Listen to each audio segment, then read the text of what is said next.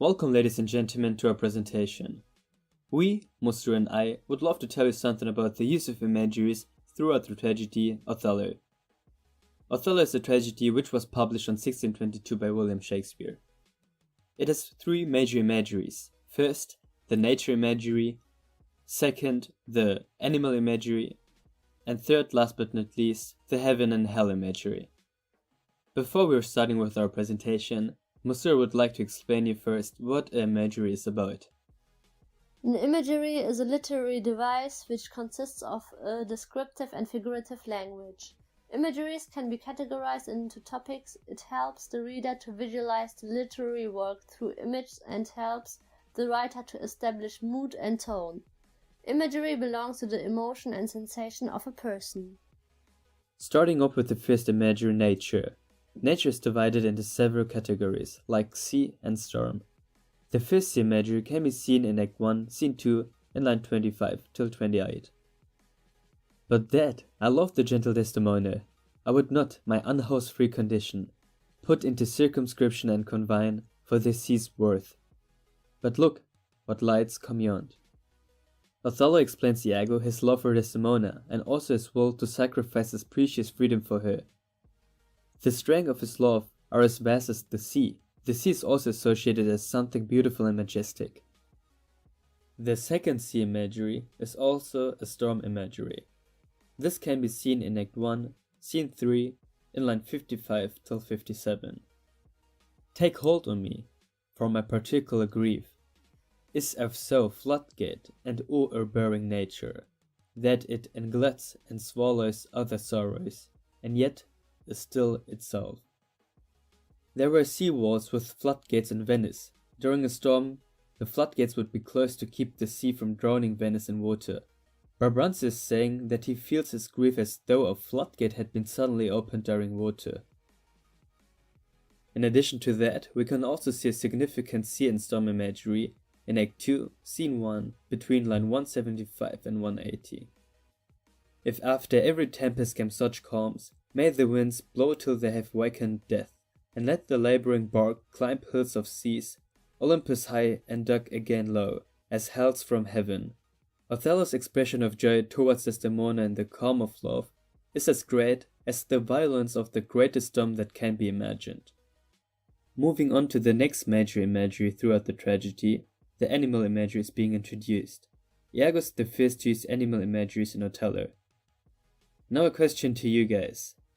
Why does Iago use animal imageries? What is his intention, and what does he want to achieve?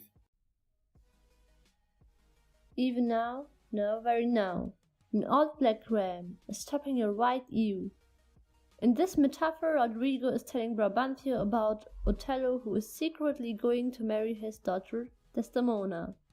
This imagery expresses that Othello abuses Desdemona's innocence.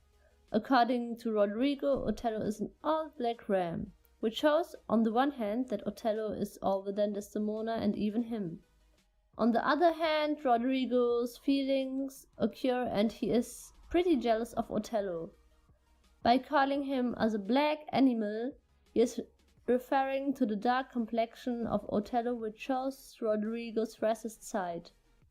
Furthermore, he portrays Othello as a worse man and an evil in contrast to Desdemona's naivety. He wants to provoke in some way Brabantio to separate Desdemona from Othello immediately. This is Venice. My house is not a grange. Because you come to do your service and you think we are ruffians, you will have your daughter covered with a Barbary horse. You will have your nephews nagged to you.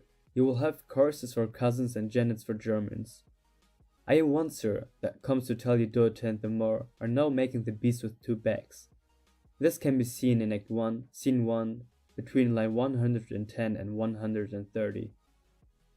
We've seen how Iago uses animal imagery in his racist diatribe against Othello, which is grounded in the idea that black men and women are inhuman.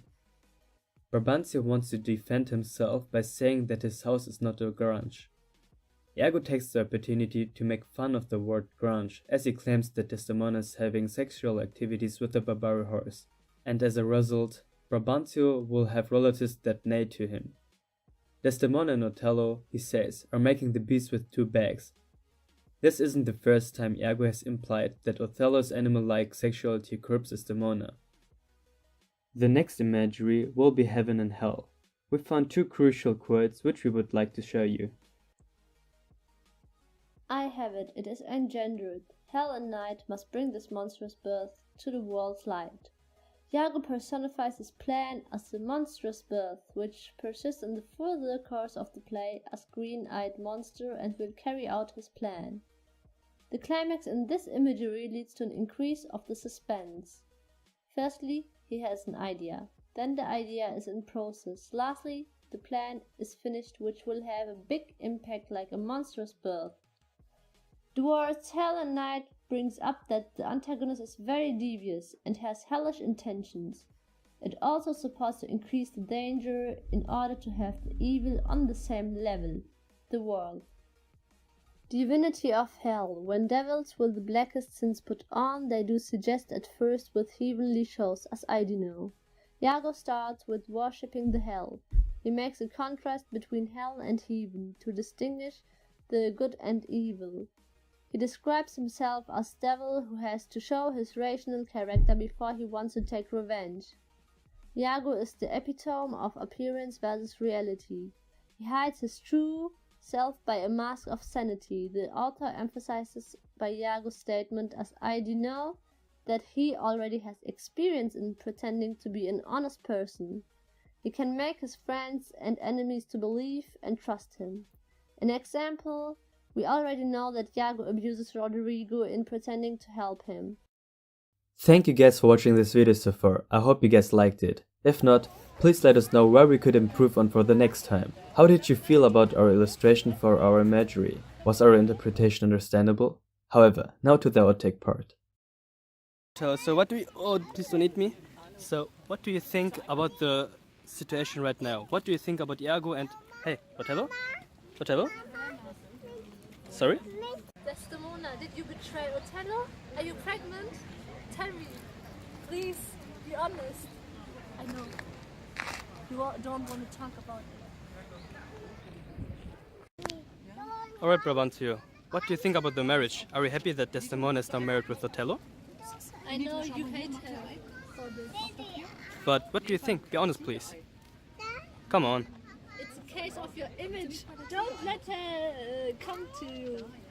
Don't give her the excuse. I think Brabantio does not care about that, what you're saying. I think he thought very well about it.